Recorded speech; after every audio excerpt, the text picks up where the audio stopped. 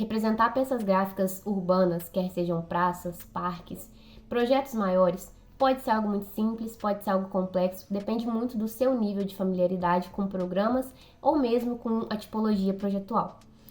Ainda assim, existem coisas que vão facilitar o seu processo, que facilitam o meu e que eu queria compartilhar com vocês. Vou mostrar para vocês como eu criei essa peça gráfica aqui, que foi um estudo criado essencialmente para esse vídeo, de forma muito simples e de uma forma muito rápida. O primeiro ponto que eu gostaria é de contar para vocês um pouquinho sobre a ideia que está por trás desse estudo. A ideia foi criar algo que tivesse organicidade e que trouxesse muito forte questões lúdicas, que trouxesse cor e vida. Por isso, eu trabalhei com formato orgânico, eu comecei a fazer isso a partir de um croquis, na mão mesmo, e aí desse croquis eu criei um modelo 3D muito simples. Nesse croquis, eu entendi que eu queria um espaço que tivesse 4 áreas, 4 blocos. O do brincar, o bloco da permanência e da convivência, o bloco da cultura, do lazer de modo geral, e o bloco esportivo. E aí dentro disso, eu fui criando, dentro dessa representação, algumas possibilidades e algumas ideias. E aí eu gostaria de dar algumas dicas para vocês. A primeira dica é: trabalhe com intenção e que você defina lá quando você modelar o seu 3D, ou que seja um croquis, que você vai desenhar uma perspectiva, o seu ponto de vista e o ponto de vista que melhor represente o que você quer passar. No meu caso, eu queria mostrar o todo. Então, o que eu entendi? Que eu precisaria de uma perspectiva. E aí vocês podem pensar, dentro da realidade de vocês, se seria melhor uma perspectiva isométrica, axonométrica, enfim, vocês podem estudar o que faz mais sentido. No meu caso, eu pensei numa perspectiva de modo geral bem simples e com uma vista um pouco de topo que me permitisse ver toda a praça, que me permitisse ver todo o desenho, todo o estudo. E aí, basicamente, criei essa vista usando um programa de modelagem e exportei em PNG. Eu entendi como dessa vez o meu projeto, o meu estudo, ele tinha uma base muito forte na cor, no lúdico, enfim. Eu já defini minha paleta de cores com intencionalidade também, consistente, coerente. Pense nisso, defina uma paleta de cores que seja consistente e coerente. E aí, o que essa paleta de cores ela tem que ter? Essencialmente, eu acho que a gente pode pensar que essa paleta de cores ela é a expressão do seu projeto. E a expressão do seu projeto é, por exemplo, no meu caso, eu queria um projeto que tivesse alguns elementos que remetessem a cores que dessem mais energia. Então eu trouxe o laranja, eu trouxe o amarelo, cores que também remetessem um pouco à questão da natureza. Então eu puxei um pouco do verde e algo que fosse um pouco mais sóbrio para fazer um contraste com tudo isso. Então por isso eu trabalhei com cinza. E aí eu fecho essa paleta de cores aqui que a gente pode criar. Se for pensar no círculo cromático, em questões de combinação, a gente pode usar sites que nos auxiliam a fazer isso. Depois disso, eu entendi que existem alguns outros elementos que a gente pode utilizar, que vão ajudar a construir. Então, eu trabalhei um pouco com a questão de luz e de sombra.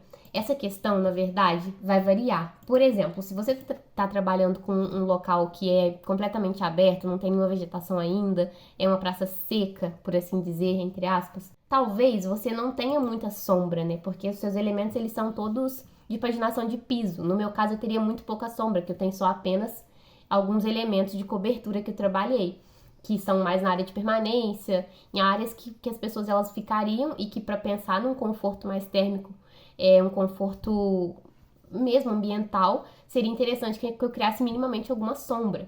Então, era algo pouco representativo para o meu caso, mas que eu aconselho que vocês utilizem. Então, lá no programa de modelagem, vocês já podem habilitar sombra, ou mesmo quando vocês forem fazer a colagem de vocês, quer seja no Photopea, no GIMP, enfim, qualquer outro programa. Aqui, o que eu fiz?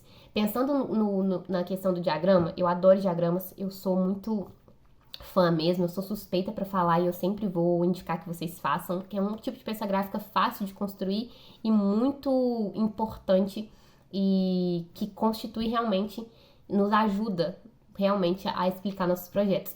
Então aqui eu peguei lá no próprio Canva e eu fui em efeito e coloquei uma sombra no diagrama, porque eu acho que assim eu consegui também gerar uma profundidade interessante. Então de repente se o seu caso for similar ao meu, essa é uma dica. Por fim, são duas últimas questões, que é adicionar detalhes. E esses detalhes, eles vão fazer com que as pessoas entendam um pouco melhor quais foram as suas decisões.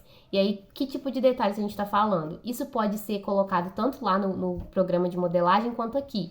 Mas a gente está falando, de repente, de mobiliário, de especificar um pouco mais essa paginação de piso, se for necessário, explicar um pouco melhor esses materiais, trazer aqui, nesses detalhes, humanização. Por exemplo, aqui eu trouxe vegetação e eu trouxe algumas escalas humanas, que eu criei aqui no próprio Canva. Eu já expliquei para vocês como que eu fiz isso no vídeo que eu falei sobre calçadas. Eu vou deixar ele linkado por aqui.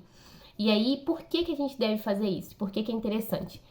Porque se você está pensando em uma praça e a sua praça ela tem vegetação, mas você não representa, como que a pessoa que está lá do outro lado ela vai ver? Eu sei, parece algo muito óbvio, talvez você tá escutando isso, tipo, revirando o olho, não sei. Mas é porque às vezes a gente esquece, isso acontece realmente. A gente tá tão no automático que pra gente às vezes parece óbvio, mas para as outras pessoas não será. Então traga esses detalhes que vão te ajudar a contar melhor a sua decisão e validar essas decisões também. Tipo, ter uma árvore aqui faz muito sentido, cria sombra ou cria uma proteção. No meu caso é muito mais de sombreamento mesmo e de repente para criar, ajudar um pouquinho num microclima, talvez. Também seriam necessários estudos e a existência de um terreno real, que não é o nosso caso. E por fim, gente, isso aqui eu sempre vou trazer. Quem me acompanha há mais tempo talvez seja até repetitivo, mas é bom que a gente não esqueça desse ponto. Adicione informações quando você estiver trabalhando nesse formato de diagrama também. Não adianta o seu diagrama ser bonito se ele não conta uma história. Tipo, talvez para um professor, para um colega, ele vai contar só por existir. Mas talvez não. E aí, por que que a gente arriscaria esse talvez não? Então, coloque essas informações. No meu caso, eu puxei linhas de chamada de cada um desses macroblocos, macroespaços e expliquei. Ah, aqui é a área do brincar. Nessa área é para esse público e esse é o objetivo. Ah, não, aqui é a área do esporte. Ela é para um público geral e o objetivo é esse. E puxei isso. E além de trazer informação e tornar o seu desenho técnico, o seu diagrama mais completo, eu acho que fica muito melhor quando a gente olha visualmente. É muito melhor eu ver essa representação aqui do que essa. Eu entendo muito mais assim e eu tenho uma construção muito melhor. Eu acho que é isso, assim. Essas foram as dicas de hoje.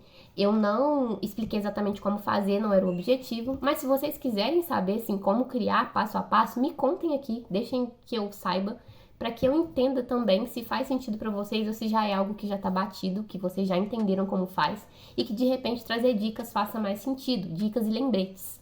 Não se esqueçam desses pontos.